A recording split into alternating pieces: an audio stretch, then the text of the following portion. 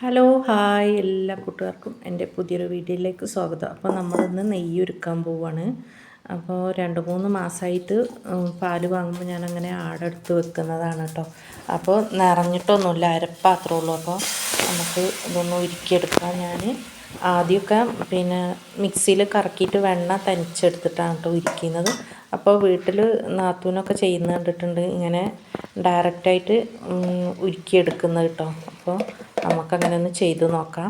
ഞാനപ്പോൾ ആദ്യം അങ്ങനെ ചെയ്യുന്നത് വെച്ചാൽ ഇത് ഒരുപാട് നേരമാവുമല്ലോ ഉരുകി വരാനും ഒക്കെ ആയിട്ട്. അപ്പോൾ ഗ്യാസിലൊക്കെ ആണെങ്കിൽ ഒരുപാട് ഗ്യാസും വേസ്റ്റാവും, കറണ്ടടുപ്പിലാണെങ്കിലും ഒക്കെ അങ്ങനെയല്ല. അടുപ്പാണെങ്കിൽ പിന്നെ വിറക് ഒരു കൊള്ളി വെച്ച് കൊടുത്താൽ അതതിൻ്റെ പാകത്തിന് അങ്ങനെ ആയിക്കോളുമല്ലോ. അതുകൊണ്ടാണ് ഞാനിപ്പോൾ ചെയ്യുന്നത് കേട്ടോ. അപ്പം നമ്മൾ മിക്സിയിലൊക്കെ അരക്കുകയാണെങ്കിൽ ഒരുപാട് പണിയാണ് കേട്ടോ. അതൊന്ന് വെണ്ണയായിട്ട് കിട്ടണമെങ്കിലും ചിലപ്പം ചില സമയത്ത് വെയിൽ ചൂടായിട്ടുണ്ടെങ്കിൽ വെണ്ണയായി കിട്ടുമൊന്നുമില്ല കേട്ടോ, അങ്ങനെ ഉരുകി പോകും. അപ്പോൾ കുറേ പണിയെടുക്കണം. ഇതാകുമ്പോൾ എളുപ്പമാണ് കേട്ടോ. അപ്പം ഞാനിത് അടുപ്പത്ത് വെച്ചിട്ട് മുറ്റടിക്കാനൊക്കെ പോയി കേട്ടോ.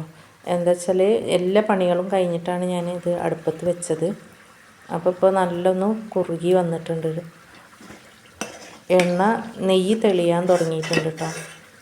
പിന്നെ ഞാൻ ഒന്നും കൂടി മുറ്റടിക്കാനൊക്കെ പോയി വന്നപ്പോഴേക്കിന് ആകെ അടി പിടിച്ച പോലെ കരിഞ്ഞ പോലെ ആയിട്ടോ. നെയ്യൊക്കെ നല്ല ഉരുകി വന്നിട്ടുണ്ട്.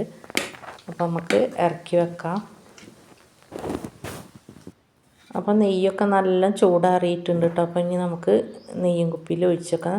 ഇതിൽ ആദ്യം വാങ്ങിയ നെയ്യ് കുറച്ചുണ്ട് കേട്ടോ. അപ്പോൾ ഇങ്ങനെ ചെയ്തിട്ട് നെയ്യ് നല്ല സ്മെല്ലും കാര്യങ്ങളൊക്കെ ഉണ്ട് കേട്ടോ. അപ്പോൾ അതേ നെയ്യും കുപ്പിക്ക് തന്നെ ഒഴിച്ച് വെക്കാമെന്ന് വിചാരിച്ചു.